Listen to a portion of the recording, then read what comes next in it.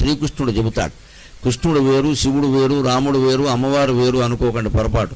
అవన్నీ ఒకే దేవత రూపాలు, ఒకే పరమాత్మను మనం అనేక రకాలుగా ఆరాధిస్తున్నాం తప్ప ఒక్కడే పరమాత్మ ఏకం సత్ విప్రా బహుధా వదంతి అని మనకు బాగా తెలుసు. ఒక్కడే పరమాత్మను తెలుసు. ఆ పరమాత్మను వివిధ రూపాల్లో ఆరాధిస్తాం. అంచేత కృష్ణుడు మాట వేరు, శివుడు మాట వేరు కాదని. కృష్ణుడు ఏమంటాడంటే భాగవతంలో ఏకాదశి అధ్యాయంలో ఉద్ధవుడికి ఉపదేశం చేస్తూ 3 మాటలు చెబుతున్నాను, గుర్తుపెట్టుకోవయ్యా. ఒకటి, నా గురించి ఎవడైనా 10 మందిలో చెబితే నేను వాడి గురించి దేవలోకంలో చెబుతాను అన్నాడు. ఎవ్వరు ఏం చేయించాలన్నా ఈశ్వర అనుగ్రహం లేకుండా చేయించలేరు, అందులో సందేహమే లేదు. అందుకని ఆ పట్టుకునేదేదో ఈశ్వరుడు కాళ్ళు పట్టుకుంటే అయిపోయేదానికి మధ్యలో క్షణమాత్ర జీవితం కలిగినటువంటి మానవుల కాళ్ళు పట్టుకుంటే మనకొచ్చేది ఏమిటి? ఇది ఆలోచన రావాలి మనిషికి. మనకి ఏదైనా అవసరమైనా లేదా కష్టం వచ్చినా మనం ఏం చేస్తాము అంటే ఊళ్ళో ఎవడి కాళ్ళు పట్టుకుందామా అని ఆలోచిస్తాం మనం. ఏమో తీరా కాళ్ళు పట్టుకుని చేసినా ఫలితం ఉండాలి కదా. ఆ పట్టుకునేది ఈ